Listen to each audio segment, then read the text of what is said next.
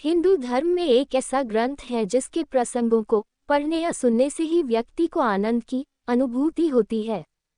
वैसे तो रामायण का हर एक प्रसंग ही मन को मोहित करने वाला है, लेकिन आज हम बात करेंगे राम और सीता के स्वयंवर से जुड़े एक प्रसंग के। सीता स्वयंवर में तोड़े गए धनुष का क्या था रहस्य, जाने जिसमें श्री राम द्वारा तोड़े गए धनुष को लेकर कुछ रहस्य बताए गए हैं जो शायद ही किसी को पता हो।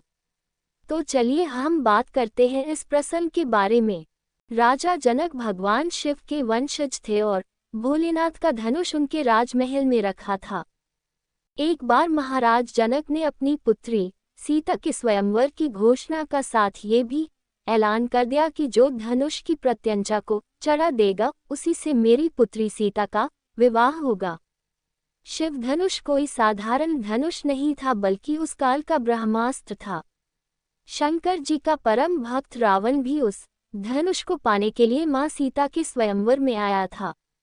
उसको इस बात पर भरोसा था कि शिव भक्त होने के कारण वह धनुष तो हासिल करेगा और साथ ही माता सीता भी उसी की होगी।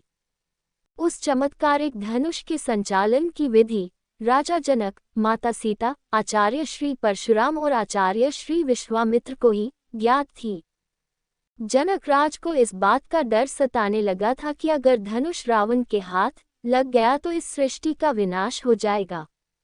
इसलिए विश्वामित्र ने पहले ही भगवान राम को उसके संचालन की विधि बता दी थी।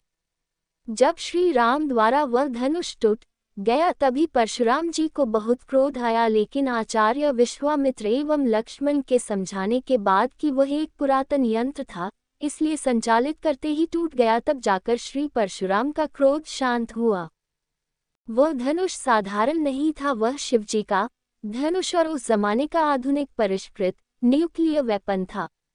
जब ऋषि मुनियों को पता चला कि शिव धनुष पर रावण की दृष्टि है, तभी उन्होंने विचार किया कि इसको गलत हाथों में नहीं जाने देना चाहिए, वरना भयंकर विनाश हो सकता है।